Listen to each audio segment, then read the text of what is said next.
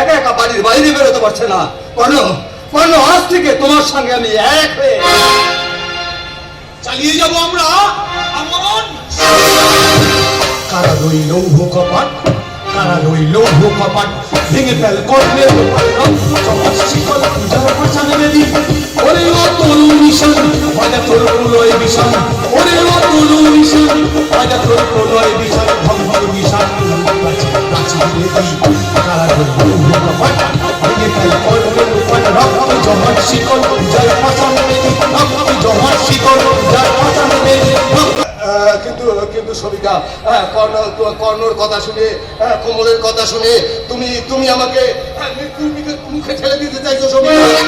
এই গণদেবতার সেবায় যদি তোমার মৃত্যু হয়, সেই মৃত্যু হবে গৌরবের, কারণ মাতঙ্গিনী হাজরা আজও মরে কিন্তু চির অমর হয়ে আছে। ঠিক ঠিক এই কথাটাই আমি তোমার মুখ থেকে শুনতে চেয়েছিলাম সবিতা। তাই আজ থেকে আমি আমার জীবনের বাকি দিনগুলো এই জনগণের সেবায় কাটিয়ে দেব। মাস্টারমশাই, আপনাকে ধন্যবাদ জানাবার ভাষা আমার জানা নেই মাস্টারমশাই।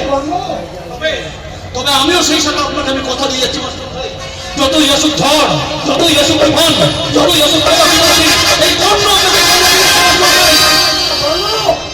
আপনার গায়ে কেউ কোনোদিন একটা কাঁটার আঁচড় দিতে পারবে না।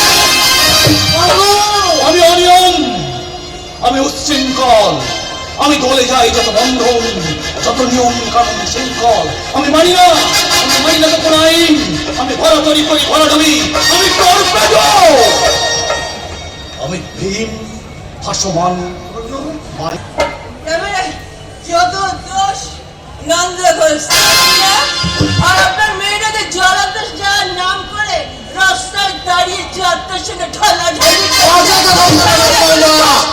বাজে কথা বলো না, আমার শিউলি সে ধরনের মেয়ে নয়। আমি খারাপ, তাই না ভাইরা? শিউলি তোর মা বলছে কেন? আমিও বয়ফ্রেন্ডের সাথে একটু ড্রিঙ্ক করেছি। ছি মেজো বৌমা, ছি। মদ খেয়ে মহতাল হয়ে আমার সামনে এসে দাঁড়াতে তোমার লজ্জা করলো না? লজ্জা করবে কেন? লজ্জা তো করা উচিত বড়দি, কারণ আমি হচ্ছে প্রফেসর বিমল রায়ের ওয়াইফ। আর বড়দি, বড়দি তো সামান্য স্কুল মাস্টারের স্ত্রী।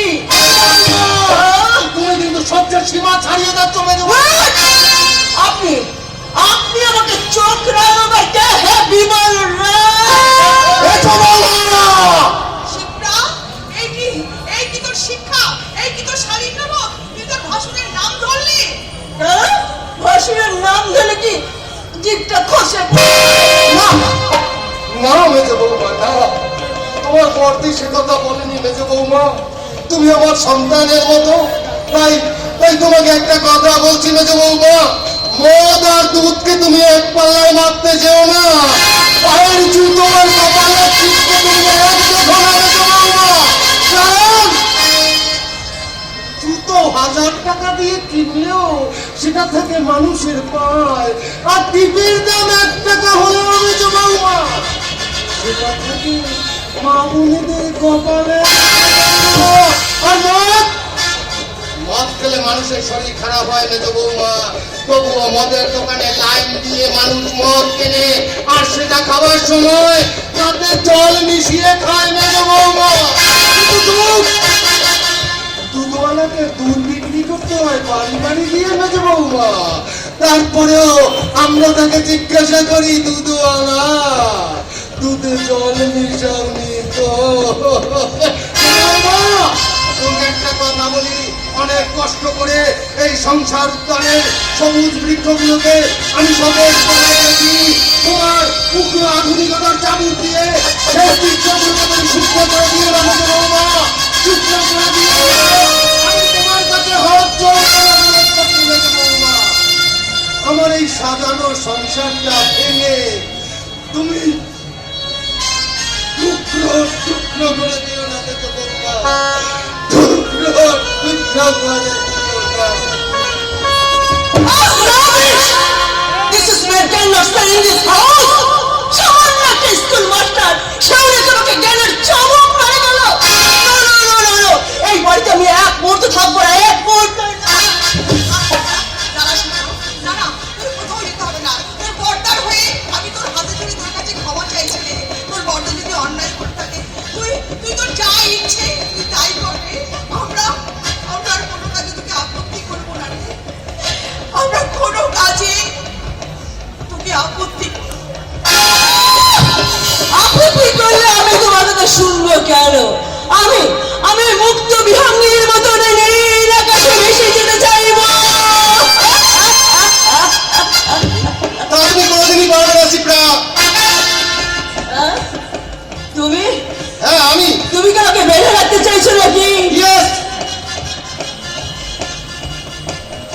ক্ষমতাটা আমার আছে শিপ্রা। না না না, আমি তোমার কোনো কথা শুনবো না। যদি না শুনো তাহলে তুমি ডিভোর্স পেপারে সই করে তুমি চলে যেতে পারো। আমি তো তোকে ভীষণ ভীষণ ভালোবাসি, তুমি আমাকে ছেড়ে যেও না please। তোমাকেও তো আমি কম ভালোবাসি না শিপ্রা, কিন্তু তুমি তো কারো কথা না শুনে তুমি তোমার ইচ্ছা মতন পথ চলেছো শিপ্রা। আরে বাবা না রে বাবা, আমি তো মার্কেটে গিয়েছিলাম কতগুলো জিনিস কিনতে। আচ্ছা তুমি যখন আমার হাজবেন্ড, তখন আমি কথা দিয়েছি তোমার কথা মতো আমি আর এক পাও বাইরে বেরোবো না। আজ থেকে তোমার এই নোংরা পোশাক পরা চলবে না শিপ্রা। ঠিক আছে ডার্লিং, তুমি তোমার হাজবেন্ড, তোমার কথা তোমাকে শুনতেই হবে। এই তো আমার উপযুক্ত ওয়াইফের মতন কথা।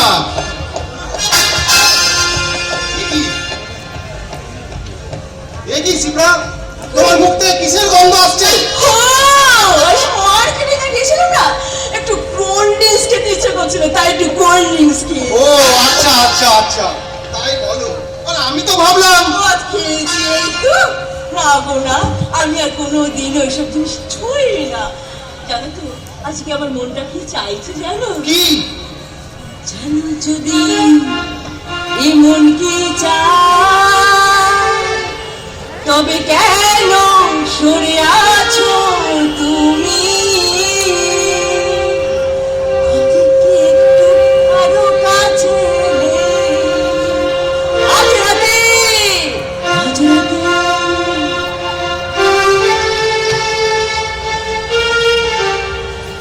জানো যদি এমন কি চায়, তবে কেন একটু আরো কাছে এলে।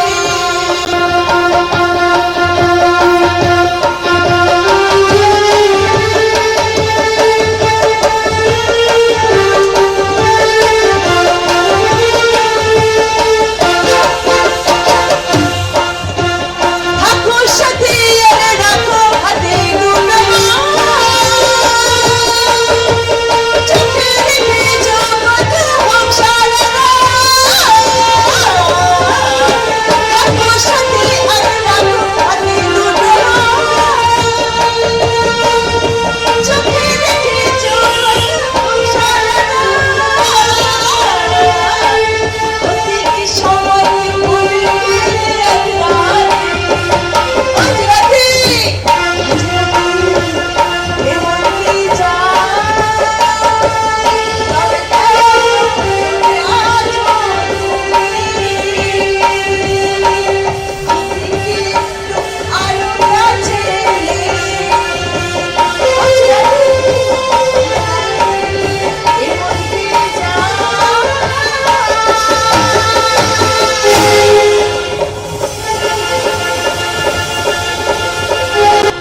চলছে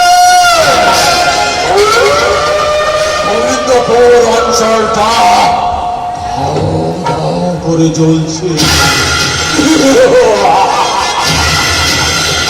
হিন্দু মুসলমানের মধ্যে ধর্মের নামে সুশ্রী দিয়ে আমি দাঙ্গা বাঁধিয়ে দিয়েছি।